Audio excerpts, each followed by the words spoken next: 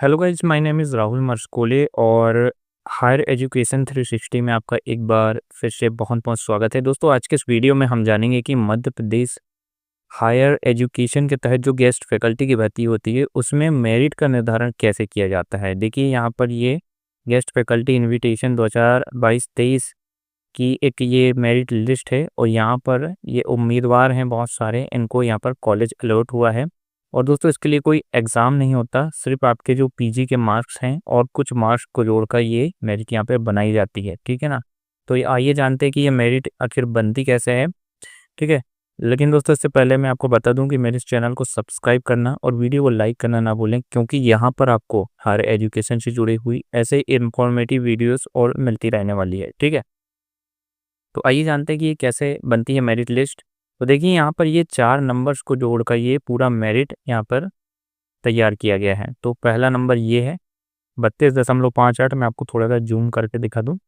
देखिए 32.58, उसके बाद फिर ये 00, फिर 00, फिर ये प्लस, फिर ये 20, ठीक है ना। उसके बाद इनके अंक हो गए हैं 52.58, ठीक है। तो आइए, ये दोस्तों ये हो गए हैं अनरिजर्व के कैंडिडेट हैं। इसके अलावा मैं आपको देखिए ये एससी के हैं, एसटी कैंडिडेट हैं, कोई रजनी आदित्य जी हैं।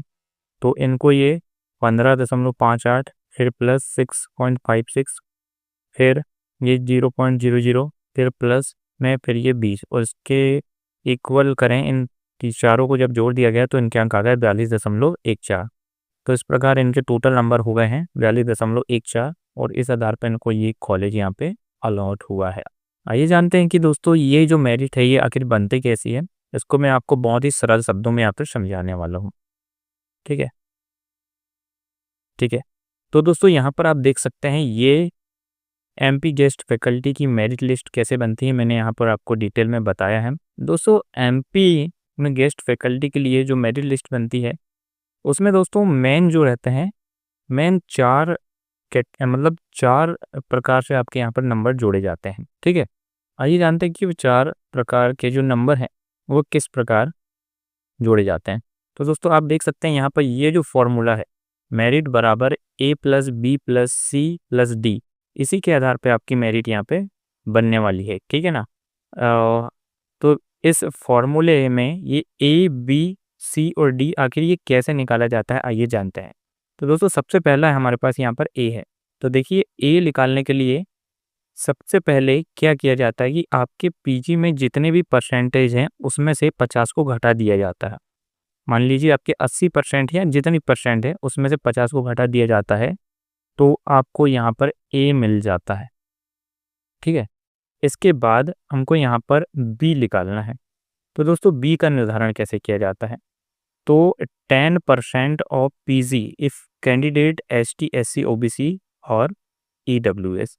दोस्तों, यदि आप एसटी एससी ओबीसी ईडब्ल्यूएस या किसी भी रिजर्व कैटेगरी के कैंडिडेट हैं, तो आपके पीजी के जितने भी परसेंटेज होंगे उसका 10% यहाँ पर जोड़ा जाता है और इसी को यहाँ पर बी कहा जाता है, ठीक है ना।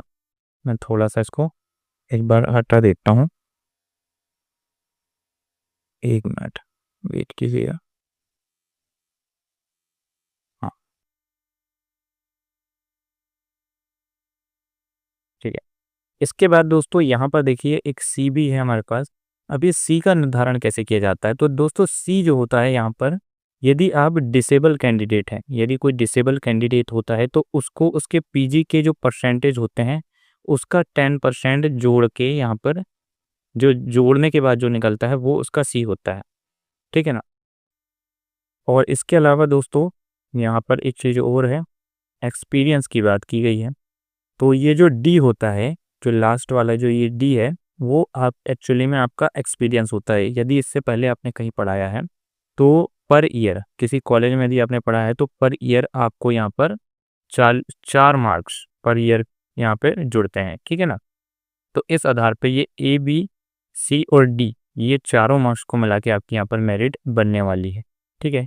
आइए जानते हैं कि ये मेरिट कैसे बनती है। इसको एक उदाहरण के द्वारा दोस्तों में यहाँ पे समझते हैं, ठीक है। देखिए, मान लीजिए कि माई परसेंट इन पीजी कितने हैं, 80% है। मान लीजिए कि मेरे परसेंट जो थे 80% थे पीजी में, ठीक है। इसके अलावा ये भी मान लेते हैं कि आई एम अ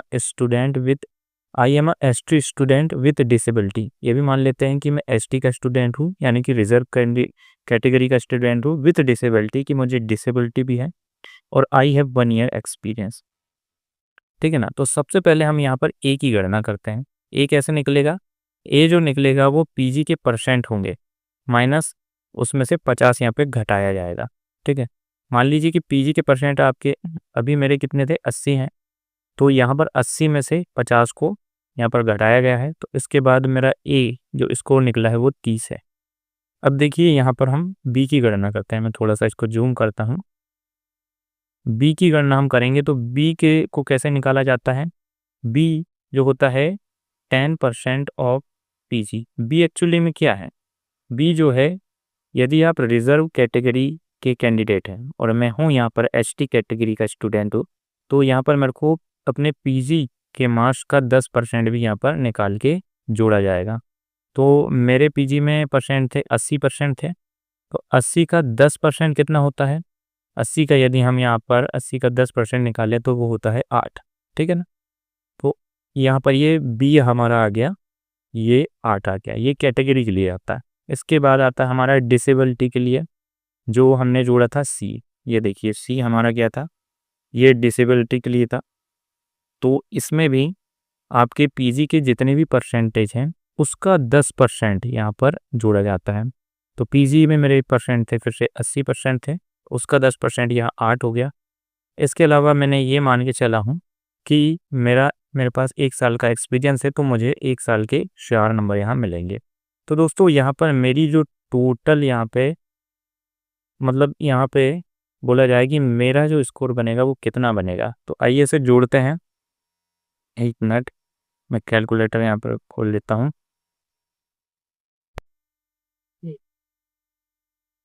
ठीक है।